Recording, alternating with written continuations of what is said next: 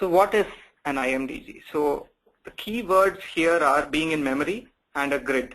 So basically it's a data structure that resides entirely in the RAM, and at the same time it is distributed across multiple servers.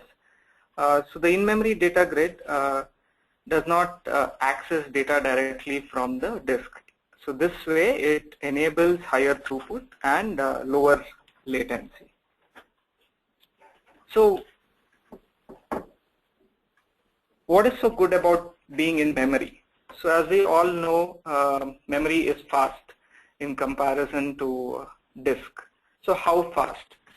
So it's a good 800 times faster than your normal SATA hard disk drive, a good 7 times faster than your fastest solid state device. So in terms of transfer rate, a hard disk device can transfer up to 150 MB per second, whereas a solid state device can push it up to let's say 2000 MB per second, whereas a DRAM could do it up to 20,000 MB per second.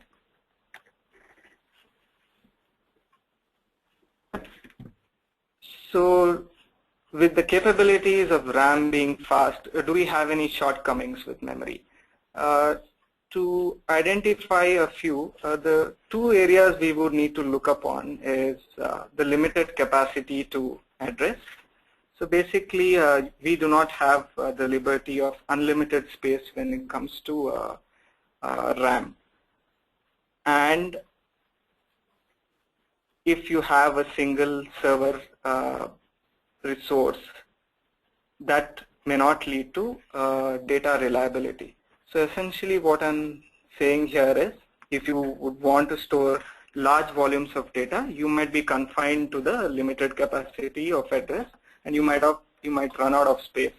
At the same time, there is a chance that the server machines where your memory is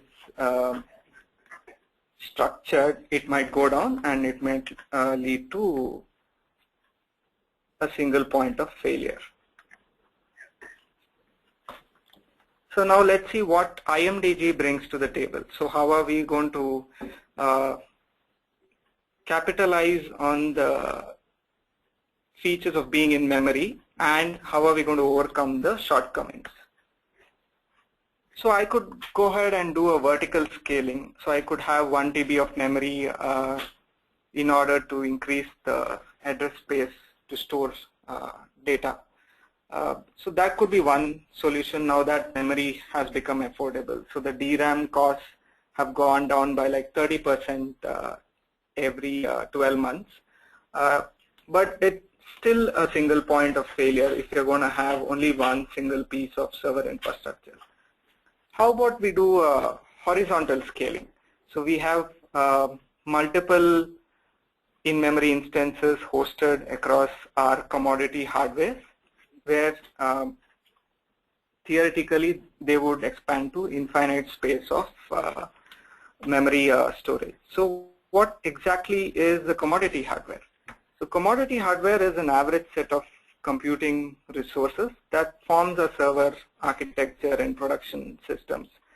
So ideally, we do not need to deal with supercomputers to solve or process large amounts of data.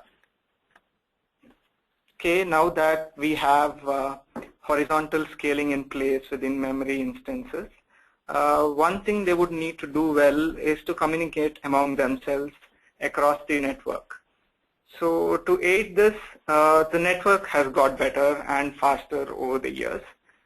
So you would hardly see a latency while transferring data or sharing data across the nodes or the in-memory nodes.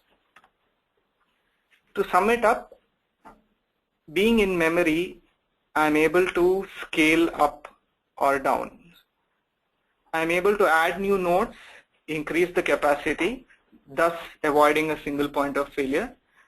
And in case I need to shut down some of my nodes, I can seamlessly do that without loss of any functionality.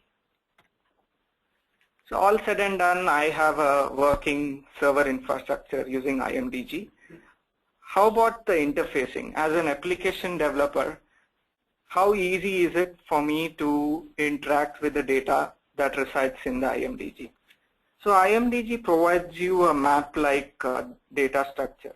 So it is essentially a distributed hash map across all these in-memory instances. So the map generally has key values, and from a querying perspective, it's an ideal way to deal with data. So how is the data stored? So are we constrained to RDBMS-like structure where you have a rigid schema where you store data that is confined to the data types of a table? Not exactly. So here we have the flexibility to store keys and values as domain objects. So this avoids us the process of marshalling and demarshalling from a database table object to our business object. So essentially I'm eliminating OR mapping and I'm dealing directly with the business objects. So in traditional systems, when we have to deal with large data sets, the RDBMS deals with a lot of file I/O, and since it's relatively slower, these processing operations are pushed to a batch mode.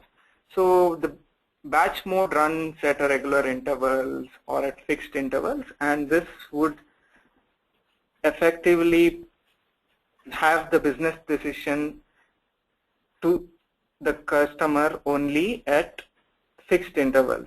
So with being in memory, we are able to process faster with larger data sets and give a faster response time to the business. So next,